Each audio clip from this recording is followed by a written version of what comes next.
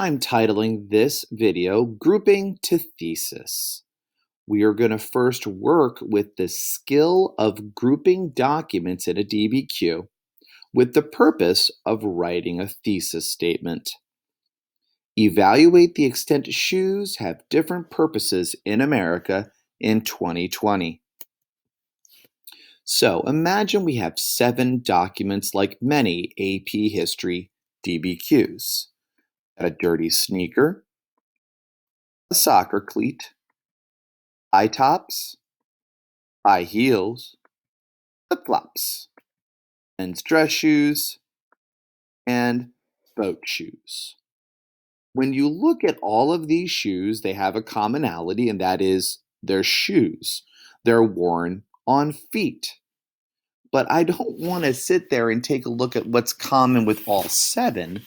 Rather, what is unique or particular with just a few. And some of you are going to talk about materials. You're going to talk about expense. You're going to talk about ages who would wear them maybe. But do remember, this is a DBQ prompt that wants us to look at purposes of different footwear. So, in group 1, we would have sports shoes. Shoes you have to wear particular to play different sports like basketball and soccer. I believe those might be Air Jordans if I Googled correctly, and those are Copa Mundials, which is the cleat that I still currently wear at age 44.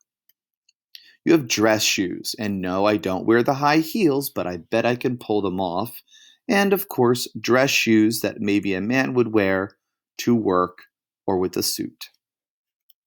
You also have leisure shoes, flip-flops by the pool, and a pair of sneakers just for chillaxing. Now you'll notice there are boat shoes. Sometimes you can wear a boat shoe to be a little bit dressy, especially during the summer months. But you might also wear a boat shoe just as a leisure, nice little shoe during the summer months, though you may not be dressed up formally, thus you could put it with leisure. So I came up with 3 distinct groupings. One could fit anywhere, so 3 distinct groupings. Evaluate the extent shoes have different purposes in America in 2020.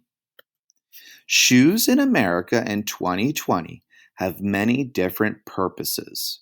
Some shoes are meant to help play organized sports, while some shoes are meant for comfort during leisure and relaxation.